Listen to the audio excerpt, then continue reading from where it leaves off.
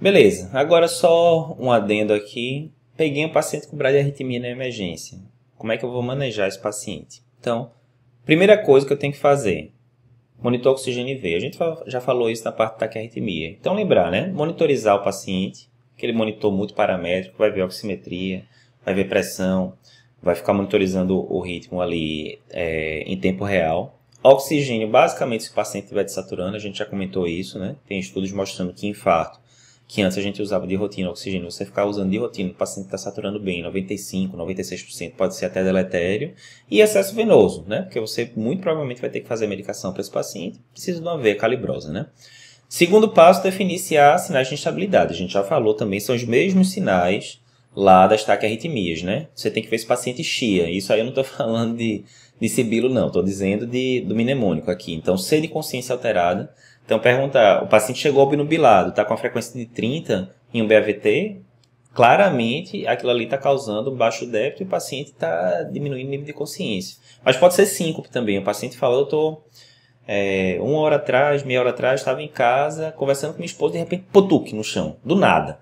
Aí você fala, putz, seu José, tá certo, entendi. Pega o eletro, BAVT com frequência de 40. O que muito provavelmente aconteceu foi que meia hora atrás, quando ele se incorporou, essa frequência que agora está de 40, que não está nem tão dramático assim, deve ter caído mais ainda e o paciente se incorporou. Então, assim, é um sinal de estabilidade, você tem que ir também para o próximo passo que a gente vai falar depois. H de hipotensão, a gente já falou, a noção geral é uma sistólica abaixo de 90, mas sempre vê com esses números fixos, sempre tem que ser vistos com bom senso. I de insuficiência cardíaca, o paciente chega lá, edema de pulmão, claramente congesto e tal. E A de angina, porque mais uma vez, né, na hora que a frequência cardíaca fica muito baixa, isso vai diminuir o débito cardíaco, pode ter uma diminuição da oferta de oxigênio para o miocárdio, isso pode causar angina no paciente, tanto com coronariopatia quanto sem. Normalmente vai aparecer no paciente que já tem coronariopatia, né? Então, se o paciente tiver arritmia, bradiarritmia, instabilidade, obrigatoriamente eu tenho que reverter a arritmia ou tenho que passar um marca-passo, alguma coisa do tipo? Não, obrigatoriamente. Sempre aquela história, você tem que ver o que é causa e o que é consequência. Você certamente já viu isso. Você está lá, o paciente começa desconforto respiratório por uma pneumonia, uma sepse, qualquer coisa do tipo. Aí você fala, ó, traz aí material de intubação, vou intubar e tal. Nesse meio tempo, às vezes demora um pouco alguma coisa, aí você vê que o paciente começa a ficar muito desconfortável, a frequência cardíaca começa a baixar. Aí, se você não intubar logo, ele por hipóxia vai fazer uma bradicardia e vai terminar culminando com uma parada em aespa, em assistolia. Nesse caso, na hora que o paciente está lá, gaspinhando, saturação de oxigênio 70%, frequência de 30. Você vai passar um marca-passo nesse paciente? Óbvio que não. Essa frequência de 30 não é a causa do problema, é a consequência. É esperado que o paciente, na hora que ele vai ficando cada vez mais hipoxêmico, vai ter alguma hora que ele vai começar a bradicardizar mesmo. Porque ele já tem ali depressão miocárdica, enfim. Então, nesse caso, você tem que tubar o paciente. Você não tem que passar marca-passo, por exemplo, ou fazer atropina, ou ligar adrenalina, nada do tipo. Então, sempre ter esse discernimento de ver o que é causa e o que é consequência. Mas não, eu olhei para o meu paciente, ele está com nitidamente aquela instabilidade dele é causada pela bradiarritmia. Por exemplo, o paciente estava bonzinho até uma hora atrás, aí fez um BAVT por algum motivo, complicação de infarto, alguma coisa do tipo. A frequência vai lá para 30 e o paciente fica pálido, pressão lá embaixo. Então, nitidamente, teve uma relação de causa e efeito. Aí, nesse caso, você vai tratar a arritmia de fato, né? Então, bradiarritmia causando claramente estabilidade. Qual a primeira conduta? Aquela que eu consigo fazer em 20 segundos, 30 segundos, rapidamente. Atropina, certo? Atropina, como é que é o esquema? Tem ampola de 0,25, tem ampola de 0,5. Normalmente, você vai fazer 0,5 por vez. Ou seja, se você está num lugar que só tem ampola de 0,25, vai ter que fazer 2 ampolas de cada vez. E você pode repetir a dose a cada 3, 5 minutos, chegando a uma dose máxima de 3 mg. Passou disso, não vai adiantar muito. Você pode ter efeito colateral e já não vai ter mais efeito terapêutico muito relevante. Mas digamos, estou lá, BAVT e tal, a atropina, ela tem um efeito, uma ação que é razoavelmente rápida, né? Então, o que é que você vai fazer? A atropina ela vai estar ali enxugando o gelo enquanto você está preparando uma coisa mais definitiva, que normalmente vai ser o marca-passo. Então, digamos, chegou lá um paciente com bradiarritmia, frequência 30 e pouco, está instável. Enquanto alguém quebra a ampola da atropina e já lhe dá aqui a coisa de poucos segundos, a outra pessoa já está pegando lá o marca-passo transvenoso, o marca-passo transcutâneo, que a gente vai falar daqui a pouco. E esse sim que vai segurar mais tempo, certo? Mas digamos, eu fiz a atropina, fez nem cócega. Fiz a dose máxima de 3 mg, a frequência continua em 30 lá. O que é que eu posso fazer? Aí tem esse algoritmo aqui, né, que a gente tirou da CLS, e que está no livro da gente, que é basicamente isso, né? Ó, paciente com bradiarritmia. Para todos os pacientes, monitor oxigênio V, a gente já falou. Oxigênio, basicamente, se tiver hipoxemia. Vou procurar se tem sinal de repercussão hemodinâmica, como hipotensão, angina, IC, síncope. Se não tiver, aí tranquilo, dá tempo de você ver com calma, especialista e tal. Tem sinal de estabilidade hemodinâmica, eu vou para a atropina, que é o primeiro passo, daquele jeito que eu já falei. Não deu certo com a atropina, não respondeu, aí você vai ter essas três alternativas aqui. Marca-passo, pode ser transcutâneo ou transvenoso. O transvenoso vai demorar um tempo maior para passar. Dopa ou adrena. Então, por exemplo, Eduardo, não tem marca-passo transcutâneo fácil aqui, o auxiliar de enfermagem vai ter que subir lá na UCO para pegar, não sei. Beleza, enquanto tá isso, prepara aqui ou uma dopa, uma adrenalina, tanto faz, assim não tem muita diferença. E a gente começa essa medicação venosa enquanto o marca-passo transcutâneo está chegando. A dopa, a ampola tem 50 mg em 10 ml. A diluição padrão é você botar 5 ampolas em 200 de glicosado. E aí vai fazer essa dose aqui entre 2 e 20 microgramas por minuto, vai titulando. O objetivo é uma medicação, uma medicação que sobe frequência cardíaca e é o que você quer, né? Normalmente é um efeito colateral que a gente tem com dopa, adrena e tal, entre aspas. Muitas vezes não é nem esse o efeito que a gente quer, mas nessa situação de bradicardia é uma ótima situação para a gente usar esse efeito colateral de subir a frequência. Adrenalina, ampola de 1 mg por ml, normalmente a gente faz 10 ampolas em 90 de glicosado e vai almejar-se aqui essa dose. Veja que aqui é micrograma minuto, não tem quilo, né? Então a dose mais ou menos fixa. Mas beleza, aí chegou a pessoa que foi pegar o marca-passo transcutâneo lá na UCO, chegou, voltou tal. E agora, como é que eu faço? Agora é bronca. Vamos lá, não é bronca não, é simples de usar. Então, marca-passo transcutâneo. Primeira coisa, eu tenho que monitorizar o paciente. Eduardo, o paciente já está monitorizado no monitor multiparamétrico ali que está ali em cima na parede. Veja, a mesma coisa de cardioversão. Eu vou ter que monitorizar no desfibrilador, certo? Que o desfibrilador tem função marca-passo, também a gente vai mostrar o zoom daqui a pouco. Então, tem que pegar ele e colocar os eletrodos dele, do desfibrilador no paciente, para o desfibrilador conseguir enxergar, o aparelho, né, conseguir enxergar o ritmo do paciente e a gente conseguir programar o marca-passo. Vou separar material de reanimação, né, que sempre pode dar bronca, e vou pegar as partes transcutâneas. As partes a gente cola desse jeito, né, posição anterior e posição lateral. Muito similar com a posição que a gente faz a cardioversão do paciente também, né. É a mais usada, a pá negativa fica no ictus, ele dá a filazinha aqui, onde é que deve ficar cada pau. Aqui ele está dizendo que deve ser do lado, aqui deve ser em cima, isso é tranquilo.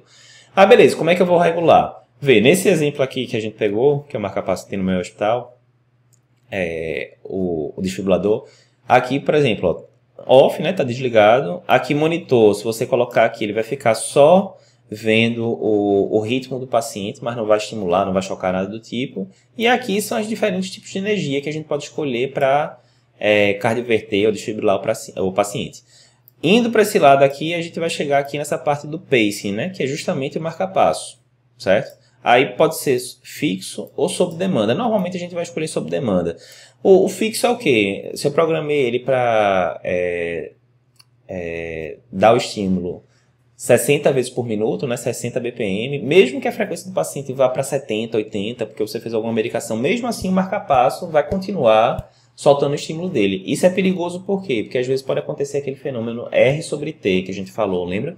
Na hora que o marca-passo vai ativar, está no período refratário relativo, então isso poderia induzir fibrilação ventricular e outras coisas. Então, sob demanda, quer dizer o quê? Digamos que eu programei 60 batimentos por minuto para o marca-passo, né? 60 estímulos. Se o paciente estiver abaixo de 60 estímulos, o marca-passo assume. Se o paciente passar de 60, o marca-passo enxerga, o desfibrilador enxerga e fala, não, tá de boa, vou ficar quieto aqui porque o paciente está assumindo. Então, normalmente a gente bota sob demanda. Então, aqui vai ter os outros comandos agora, certo? Pacing rate, né? Que basicamente vai ser despolarizações por minuto. Então, você vai botando aqui, eu quero 50 despolarizações por minuto, 60, 70. Vai ser a frequência cardíaca que o paciente vai ficar assim que o marca-passo assumir. E aqui o pacing output é a saída, né, que você está dando, né? A quantidade de energia que você está dando para estimular através da pá, né? Então, vai dizer lá 10 mV, 20 mV, enfim, vai estar dizendo 10 joules, 20 joules, vai estar dizendo a quantidade de energia que vai ser disposta pelo marca-passo, microampere, na verdade, o output, certo? Então, como é que eu faço? Digamos, exemplo prático, o paciente está com a frequência de 40, está instável. Não quero isso, eu quero a frequência 60, por exemplo. Então, eu vou clicando aqui, clico, até aparecer 60 batimentos por minuto lá. Beleza. Sendo que o paciente está em 40, eu estou querendo que entre em 60, mas, digamos que começou com o nível mínimo de energia, o paciente continua em 40. Se ele continua em 40, quer dizer que eu não passei do limiar ainda de energia necessário para ativar o ventrículo do paciente. Concordo se eu botar 0,0001 milivolt, o cara vai sentir uma fisgadinha aqui na pele, mas aquilo não é o suficiente para chegar naquele limiar, né, de threshold que a gente mostrou antes e deflagrar a despolarização do ventrículo. Aí vou aumentar um pouquinho, aumentei para 1 microampere, nada. 2, aí vou aumentando. Vai ter uma hora que vai chegar numa energia X, que aí sim a frequência do paciente vai começar a subir, vai aparecer um QRS alargado e tal. Então estava em 40, de repente quando eu cheguei no nível X lá de energia, aí vai começar 60, bem bonitinho. Ou seja, começou a captar o estímulo do marca-passo. Então eu deixo aí, certo, Eduardo? Não, eu tenho que deixar um estímulo um pouquinho mais alto, porque isso aí pode ser variável, daqui a 2 minutos pode descolar uma partezinha aqui da página. Enfim, então eu coloco um nível 10 a 20%, eu acho o limiar de estimulação e deixo um nível 10 a 20% acima disso. Engraçado, Eduardo, eu já vi aula de marca-passo, o pessoal mandava botar 2 a 3 vezes acima do limite. Isso é para marca-passo transvenoso, certo? Para marca-passo transvenoso que está lá dentro do coração do paciente, a gente faz isso, porque isso não vai causar dor no paciente, né? O marca-passo está estimulando o endocárdio, o paciente não sente dor nenhuma. Aqui, a gente está aplicando um choque diretamente na pele do paciente, então causa algum grau de desconforto. Então, você não vai botar 2, 3 vezes, que aí a energia vai ser muito maior, o desconforto vai ser muito maior, certo? Então, tem que se ligar que o marca-passo transcutâneo é uma medida provisória. Você não vai deixar o paciente 2, 3 dias com o marca-passo transcutâneo, porque incomoda. Então, você bota o marca-passo transcutâneo ali em poucos segundos, liga, enquanto isso alguém vai estar passando o marca-passo transvenoso. Mas vê só, Eduardo, eu não vou sedar o paciente não, sacanagem nada, eu vou deixar lá o negócio deflagrando choque no paciente e o paciente reclamando lá. Vou sedar sim, certo? Então, a opção para sedação é basicamente aquilo mesmo que a gente já falou na cardioversão elétrica. Eu vou dar uma dose, aqui vai ser até menor, porque na cardioversão elétrica você quer que o paciente realmente dê uma rebaixada de leve, né, tal, mas você quer que ele não lembre do choque. Aqui você também não vai querer deixar o paciente rebaixado, até porque ele vai ter que ficar ali minutos a horas, né, usando o marca-passo transcutâneo. Então você geralmente vai fazer uma combinaçãozinha do hormonide com uma dosinha baixa, muito baixa de fentanil, a dosinha baixa de morfina, basicamente para deixar o paciente com o mínimo de desconforto possível, certo? Algum grau de desconforto costuma ter, sinceramente, mas você quer tirar aquilo ao máximo para o paciente não ter uma experiência tão ruim. E mais uma vez, você não vai deixar o paciente com marca-passo transcutâneo 12 horas, um dia, 2 dias. Você bota ali, segura o meio de campo um pouquinho até funcionar o acesso e passar o marca-passo transvenoso. O esquema é basicamente esse, certo? Então você vai titular para o paciente ficar sem dor no final das contas. Fica a dica, certo? Agora a gente vai para a parte de exercício para vocês praticarem essa parte de bradiarritmias.